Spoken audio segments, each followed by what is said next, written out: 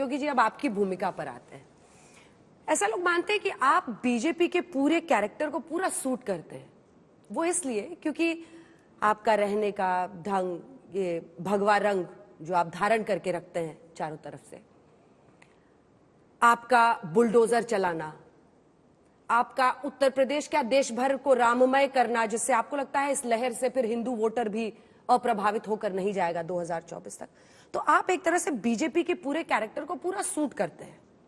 और उस कड़ी में अगर हम राम मंदिर को देखें तो आपने भी पूरी ताकत झोंक दी है। इसी के जरिए आप बीजेपी को जितना लाभ 24 के लिए दिलाना सकते हैं वो आप दिलाने की कोशिश कर रहे हैं। क्या मैं सही नहीं? देखिए, मैं तो इस पूरे अभियान का एक सिपाही हूं और सिपाही के रूप में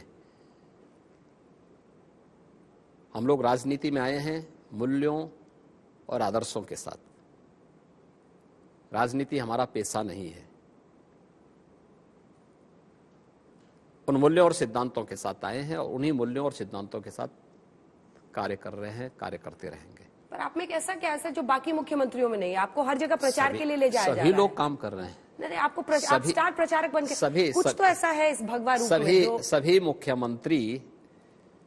सभी मुख्यमंत्री एक दूसरे राज्य में प्रचार के लिए जाते हैं और हर एक के सहयोग के लिए एक दूसरे के राज्यों में जाते हैं। हमारे राज्य में चुनाव होते हैं, हमारे राज्य में भी अन्य राज्यों के माननीय मुख्यमंत्री गण आते हैं, केंद्रीय नेता गण आते हैं। ऐसे ही अन्य राज्यों में होता है तो हम लोगों को अवसर मिलता, हम लोग भी जाते हैं। तो ऐसा नहीं है, सभी लोग एक दूसरे के सहयोग करने के लिए जाते हैं। हाँ, कुछ चीजें तो अगर भगवा कलर में इतना आकर्षण है तो मैं चाहूंगा पूरा देश ही भगवा में होना चाहिए। क्यों नहीं होना चाहिए? नहीं, एक और चीज है वो ये कि अयोध्या नगरी को जैसे हम सिर्फ एक अंजना ने भी मॉडल शब्द का इस्तेमाल किया, तो अगर उसे हम देखें, ऐसा लगता है कि योगी आदित्यनाथ 22 जनवरी के लिए या फिर 1 साल के लिए या 2 साल के लिए नहीं सोच रहे हैं। आपने जिस तरह के प्रोजेक्ट्स की शुरुआत की है, ये क्या 50 वर्ष का प्रोजेक्ट है? मतलब आप अयोध्या नगरी को 50 वर्ष आगे कैसा देख रहे हैं? देखिए, अयोध्या को अभी भी हम लोगों ने अयोध्या को वास्तव में केवल एक छोटे से नगर के रूप में जाना है। ईमानदारी से अगर इस पर लोग शोध करें तो यह विश्व की सांस्कृतिक राजधानी है। विश्व की? हाँ, पहला मनुष्य और मनुष्य की परंपरा की शुरुआत यहीं से शुरू भी होती है। अयोध्या उसकी प्रथम भूमि है, आधार भूमि है। मनो से मानो और फिर वहीं से परंपरा आगे बढ़ी है। मनु के कितने पुत्र थे उसके अनुसार अगर आप देखेंगे तो अलग अलग द्वीप उन्हीं के उस पर माने गए हैं। आप भारत के प्राचीन इतिहास को उठा के देखें तो आपको ये सारी चीजें जानकारी में आ जाएंगे। अयोध्या प्रभु राम की पावन जन्मभूमि है, ये तो हम सब जान रहे हैं। उत्तर भारत को सबसे उर्वरा भूमि बनाने का श्रेय हम मां गंगा को देते हैं जी। और गंगा को इस उत्तर भारत में लाने वाले कौन थे? भागीरथ, वे भी अयोध्या में जी। महाराज दलीप भी वहीं पैदा हुए थे, महाराज अज भी वहीं पैदा हुए थे, मानधाता भी वहीं पैदा हुए थे। एक लंबी परंपरा है। जैन परंपरा के तीर्थंकरों को आप देखेंगे, ये परंपरा भी वहीं से निकलती हुई दिखाई देती है। जड़ भरत हो या फिर उसके बाद की परंपराएं, ये सब वहीं से निकलती है। और अयोध्या के इस महत्व को कमतर आंकने का प्रयास, जो विश्व के इतिहास की भूमि है, जिसे सम्मान बहुत पहले मिलना चाहिए था, आज प्रधानमंत्री मोदी जी के कारण वह सम्मान अयोध्या को प्राप्त हो रहा है। और हम लोगों को इस बात को मानना चाहिए कि हमें अयोध्या के इस महत्व के माध्यम से भारत की यानी एक ग्लोबल ब्रांडिंग का एक अवसर मिला है, हम लोगों को लेके आए। देखिए हम लोग उसके महत्व को अभी भी वो बहुत वो कर रहे हैं, अंडर एस्टिमेट कर रहे हैं। 2017 में हम लोगों ने अयोध्या में दीपोत्सव के आयोजन को किया था। 2018 में आदरणीय प्रधानमंत्री जी की प्रेरणा से ये हुआ कि भाई अयोध्या के साथ उन देशों को जोड़ो जिन देशों से भारत के सांस्कृतिक संबंध रहे हैं या हैं, आज भी हैं, जो अपने सूत्र को जोड़ते हैं। तो साउथ कोरिया की फर्स्ट लेडी हमारे आयोजन का चीफ गेस्ट बनी थी। उनका पूरा एक डेलीगेशन आया था यहाँ पे और उन्होंने इस बात को कहा कि अयोध्या की राजकुमारी के हम वंशज हैं साउथ कोरिया में। और अयोध्या की राजकुमारी कैसे वहां गई? जल मार्ग से। हमारी सरकार ने अयोध्या के लिए देश से जल मार्ग को हम प्रारंभ कर सकें, इसके लिए इनलैंड वाटरवे अथॉरिटी का गठन भी कर दिया है। यहां से हाँ, हम लोग लेके जा रहे हैं, शुरू करेंगे हल्दिया तक जोड़ने के लिए, फिर वहां से आगे बढ़ने के लिए। और अयोध्या की राजकुमारी रत्ना जल मार्ग से साउथ कोरिया पहुंची थी। आज की वहां की जो परंपरा है, एक बड़ी परंपरा, वहां पर उन्हें अपनी दादी माँ के रूप में संबोधित करके सम्मान देती है। और उन्हीं की स्मृति में किम हो जो पार्क है अयोध्या का, वो हम लोगों ने वहां पे स्थापित किया है। ऐसे ही थाईलैंड में आप देखें, राजा राम है वहां की पूरी परंपरा अपने आप को राम से जोड़ती है। वहां के जो नेशनल हाईवेज है वे सब राम के नाम पे, रामा 1, रामा 2, राम के नाम पर है। राजा ने अपना जो म्यूजियम, अपना जो पैलेस था, ग्रैंड पैलेस, उसको उन्होंने रामायण को दान किया। थाई रामायण के सभी चित्रों को उस पर उकेर करके उन्हें राम को सम्मान दिया। ये थाईलैंड का है। थाईलैंड की जो पुरानी राजधानी थी, जो बाद में म्यांमार के साथ युद्ध के दौरान क्षतिग्रस्त हो गई थी, वह अयोध्या थी। आज भी उन्होंने सम्मान दिया। यानी अपनी परंपरा को कहां से लोग जोड़ रहे हैं राम के साथ। आप इंडोनेशिया में देखिए, इंडोनेशिया तो दुनिया के सर्वाधिक मुसलमान रहते हैं, लेकिन इंडोनेशिया में वे लोग आज भी रामायण के साथ जुड़े हैं। और हमने इंडोनेशिया की रामलीला को भी आमंत्रित किया है इस दौरान अयोध्या में। अब उनके पात्रों से बात करिए ना, वे सभी राम को अपना आदर्श मानते हैं। समस्या ये है कि जो अधकचड़ा ज्ञान होता है ना, वो व्यक्ति को भ्रमित कर देता है। और जिन लोगों ने भारत के बारे में कभी जानने का ईमानदारी से प्रयास नहीं किया, वही लोग भारतीयता पर, भारत की परंपरा पर, भारत के महापुरुषों पर, भारत की आराध्य देवों पर प्रश्न खड़ा करते हैं। इनको वास्तव में समझना चाहिए, अयोध्या केवल अयोध्या नहीं है। अयोध्या तो विश्व की सांस्कृतिक राजधानी है और उस सांस्कृतिक राजधानी के रूप में उसकी पुनर्स्थापना होनी ही है। आपने अभी कहा कि रामलला हम आएंगे, मंदिर वहीं बनाएंगे, आप लोगों का नारा था। संघ परिवार का एक और नारा है, काशी मथुरा अभी बाकी है।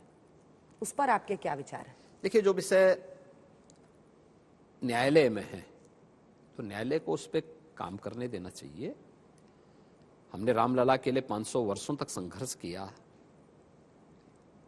और मर्यादित तरीके से उसमें न्याय और सत्य की विजय प्राप्त की।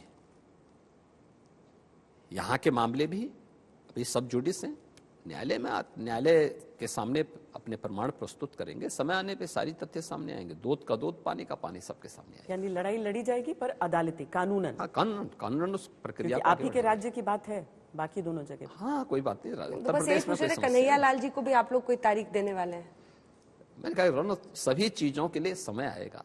और देखिए, हो है वही जो राम रसी राखा, प्रभु को अपनी लल्ला को भी तो रसने दीजिए। पर खुशी आपके छिपती नहीं है चेहरे पर, वो आते ही बात खुशी दिख रही है आपके चेहरे। मैं क्या कह रहा हूं ना, हम तो निमित्त मात्र हैं, प्रभु अपनी लीला को स्वयं करेंगे।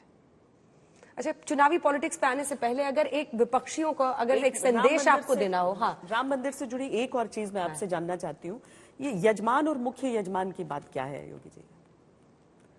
ये तीर्थ क्षेत्र ने, श्री राम जन्मभूमि तीर्थ क्षेत्र न्यास ने यजमान बनाए हैं प्रधानमंत्री मैं सकता हूं जिसको भी उनको उचित लगता है उनको अपने यजमान बना करके उन्होंने इस पूरे कार्यक्रम को आगे बढ़ाया है। पर ये कहा गया कि मुख्य यजमान कोई और होगा। मगर जो अनुष्ठान में बैठ करके इस पूरे को संपन्न करेगा। अच्छा, ये सभी कार्यक्रम उसका अपने शास्त्रोक्त पद्धति और शास्त्रोक्त पद्धति के अनुसार ही सारे कार्यक्रम हो रहे हैं। कार्यक्रम के बारे में कुछ जानकारी आप दे पाएंगे? 12 बजे शुरू हो रहा है, 12:20 में प्राण प्रतिष्ठा का काम होगा। अगर थोड़ा बहुत जानकारी, जो दर्शक उस दिन इंतजार करेंगे टीवी के सामने, आपने छुट्टी की घोषणा कर ही दी है। देखिए, उत्तर प्रदेश में उस दिन जो है सार्वजनिक अवकाश भी रहेगा। उससे पहले अनेक कार्यक्रम चल रहे हैं, जैसे 14 से लेकर के 21 तक स्वच्छता का एक विशेष अभियान चल रहा है। हम दीपावली के पहले भी इस प्रकार का कार्यक्रम करते हैं, अन्य आयोजनों में करते हैं। यद्यपि पहले की तुलना में स्वच्छ भारत मिशन के बाद काफ़ी स्वच्छता आई है, लेकिन फिर भी लोगों में एक जागरूकता के लिए आज से 16 जनवरी से लेकर के 22 जनवरी के मध्याह्न के पूर्व तक अखंड रामायण पाठ या राम नाम संकीर्तन के कार्यक्रम होंगे।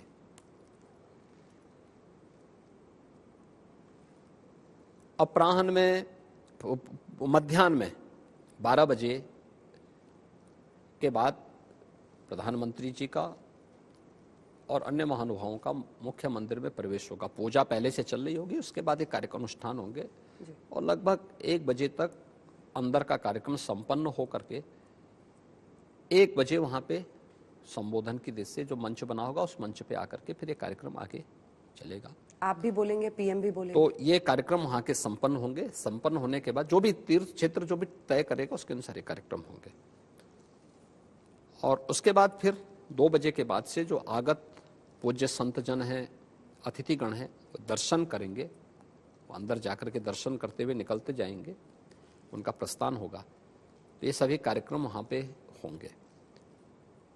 ये कार्यक्रम फिर अनवरत आगे व्यवस्था की दृष्टि से, क्योंकि हर राम भक्त अयोध्या आना चाहता है, तो उनके लिए भी फिर ये व्यवस्था वहां पर आगे, क्योंकि बहुत ज्यादा लाखों लाख की तादाद में लोग पहुंच सकते हैं। 22 तो किस तरह तारीख की को तैयारी है? तो हो जाए, पर 23 तारीख से पूरा प्रशासन समझ रहा होगा कि कितनी बड़ी संख्या में लोग। इसके बाद से हम लोग वही अनुरोध कर रहे हैं कि स्थानीय स्तर पर जो व्यवस्था बनाई जा रही है हर राज्य में, हर जनपद में, वे अगर उसकी व्यवस्था के तहत आएंगे तो किसी को भी कष्ट नहीं होगा। अपने तरीके से पैदल न निकले, क्योंकि उत्तर भारत में इस समय भीषण शीतलहरी चल रही है और भीड़ भाड़ होगी। इसलिए लोग, मेरा विनम्र अनुरोध होगा कि पैदल कोई न चले, अपने वाहन स्वयं बुक न करें। जो व्यवस्था स्थानीय स्तर पर बनाई जा रही है वहां पे न्यास से जुड़े हुए लोगों के द्वारा या अन्य संगठनों के द्वारा एक व्यवस्था बनाई जा रही है। वहां से अपना कार्यक्रम भेज करके जब उनको वहां से कहा जा रहा तभी वे लोग आए। रेलवे कुछ स्पेशल ट्रेन्स भी चलाएगी, उन स्पेशल ट्रेन्स में भी आप अपना रिजर्वेशन करवा करके अयोध्या आ सकते हैं। तो वहां पे हम उनको बेहतर सुविधा दे पाएंगे और आसानी से दर्शन करा पाएंगे, क्योंकि केवल अयोध्या आना भर नहीं है। जिस उद्देश्य से आ रहे हैं कि रामलला का दर्शन कर सकें, उस उद्देश्य की पूर्ति भी होनी चाहिए। तो इसके लिए वहां पे दर्शन के लिए पर्याप्त व्यवस्था की जा रही है, बैरिकेडिंग दिए जा रहे हैं, अन्य कार्यक्रम हो रहे हैं। तो कितना भी कोई करेगा तब भी दर्शन करने में एक व्यक्ति को एक दिन में एक देव विग्रह का दर्शन करने में बहुत मेहनत करेंगे, 1.5 लाख 2 लाख तक लोग दर्शन कर पाएंगे, जबकि आने के इच्छुक लोग बहुत होंगे। तो ये प्रयास धीरे धीरे करके जब भी अवसर आएगा तो लोगों को हम लोग उस प्रकार की व्यवस्था देंगे। देखिए, अयोध्या के प्रति आकर्षण का क्या हो, जैसे रामनवमी में अमूमन 17 के पहले हजारों में लोग आते थे, 50,000 60,000 तक लोग आते थे, दर्शन करके स्नान करके चले जाते थे। दीपोत्सव के बाद कार्यक्रम में संख्या बढ़ती गई, अयोध्या में सुविधा भी मिलती गई, लोगों को लगा कि नहीं अब तो ठीक होगा। इस वर्ष रामनवमी के अवसर पर 35 लाख लोग आए थे। इतनी बड़ी संख्या का अयोध्या में आगमन इस बात को दिखाता है कि लोग, हर श्रद्धालु, हर राम भक्त अयोध्या आना चाहता है, और उसके लिए उस प्रकार की सुविधा और व्यवस्था हम लोग देंगे। एक और सवाल मन में आया, आपने कहा कि प्रधानमंत्री लगभग 12 बजे के आसपास वहां पहुंच रहे हैं, तो क्या माने जो मुख्य गर्भगृह है उसमें पहले से ही उन मूर्ति रामलला की 5 साल वाली भी जो अरुण योगीराज बना रहे हैं, और छोटी वाली भी रामलला जी की मूर्ति सभी वो सब पहले से स्थापित हो जाएगी? बाकी वो तो अंत में मूर्ति की प्राण प्रतिष्ठा का कार्यक्रम का एक आयोजन होगा। उस 1 घंटे के आयोजन के अंदर सारे कुछ संपन्न हो जाएंगे। योगी जी, अब कुछ राजनीतिक प्रश्नों की ओर आना चाहती हूँ। मायावती जी ने हाल ही में ये घोषणा की कि वो अकेले चुनाव लड़ेंगी। लोकसभा चुनाव में वो इंडिया अलायंस के साथ नहीं जाने वाली हैं। उन पर भी बड़े प्रहार हुए, कहा गया कि वो तो भारतीय जनता पार्टी का फायदा करने वाली है। देखिए, हर राजनीतिक दल को अपनी रणनीति तय करने का अधिकार है, और हम कैसे किसी राजनीतिक दल के बारे में बात कर सकते हैं, किस अधिकार से हम बोल सकते हैं? पर आपको फायदा होगा, बीजेपी को फायदा होगा? देखिए, बीजेपी को क्या फायदा होना है, क्या नुकसान होना है, या भारतीय जनता पार्टी की रणनीति ही अपने आप तय कर देगी। हम लोग तो तब भी लड़े थे जब 17 में ये लोग अलग अलग लड़े थे, 14 में भी अलग अलग लड़े थे। 14 में 2 नवयुवकों की जोड़ी लड़ी थी। 17 में भी फिर ये लोग लड़ने का प्रयास किए थे बीजेपी से। 19 में इन लोगों ने प्रदेश में एक महागठबंधन भी बनाया था। तो भारतीय जनता पार्टी प्रधानमंत्री मोदी जी के नेतृत्व में तब भी लड़ी थी, और अच्छे बहुमत के साथ भारतीय जनता पार्टी आगे बढ़ी थी, जीती थी। लेकिन हर पार्टी को अपना एजेंडा सेट करने और अपने रणनीति को बनाने का पूरा अधिकार है। बीते दिन मायावती जी ने प्रेस कॉन्फ्रेंस करके कहा कि वो अलग लड़ेंगी, और मायावती ने गिरगिट कह दिया अखिलेश यादव को। अब आज अखिलेश यादव आए, उन्होंने कहा कि हम तो सपना देख रहे थे कि मायावती जी को पीएम बनाएंगे, लेकिन वो किसी के दबाव में मेरे खिलाफ बोल रही हैं, और माना जा रहा है वो दबाव आप ही का है।